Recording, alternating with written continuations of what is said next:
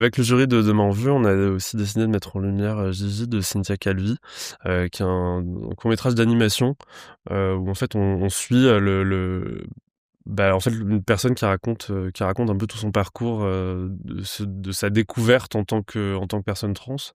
On se laisse complètement, capter et l'animation en elle-même et la façon dont la personne le raconte, voilà, parce que c'est raconté à la première personne.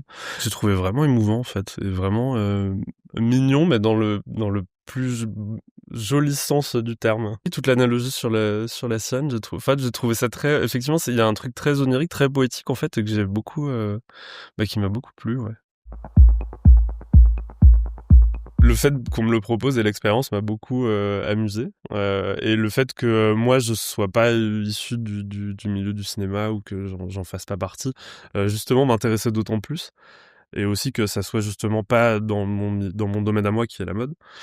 Euh, et en même temps, le cinéma c'est quelque chose c'est quelque chose qui me plaît beaucoup, qui m'a toujours plu. Et voilà, et ça m'intéressait beaucoup d'aller que ça me pousse aussi à découvrir des œuvres, à découvrir le travail de cinéastes ou de réalisateurs et de réalisatrices que je connaissais pas, en fait. Peut-être que justement, ça m'a aussi intéressé de les regarder, de regarder certains films parfois avec mon œil de créateur, quoi. Et pas forcément justement un œil technique de cinéaste ou d'acteur ou de réalisateur.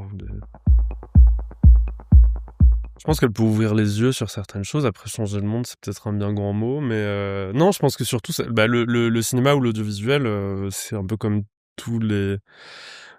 comme l'art en général, ça accompagne plutôt les changements du monde. En fait, c'est plus un témoin qu'un déclencheur. En fait, je trouve ça très intéressant le documentaire, et le fait on parle plus de la réalité, de la vie des gens, que ce soit des gens qui se racontent, pas forcément par de la fiction. En fait, j'ai trouvé ça très intéressant. Et justement, les œuvres documentaires qu'on a primées, elles sont super touchantes pour ça, en fait.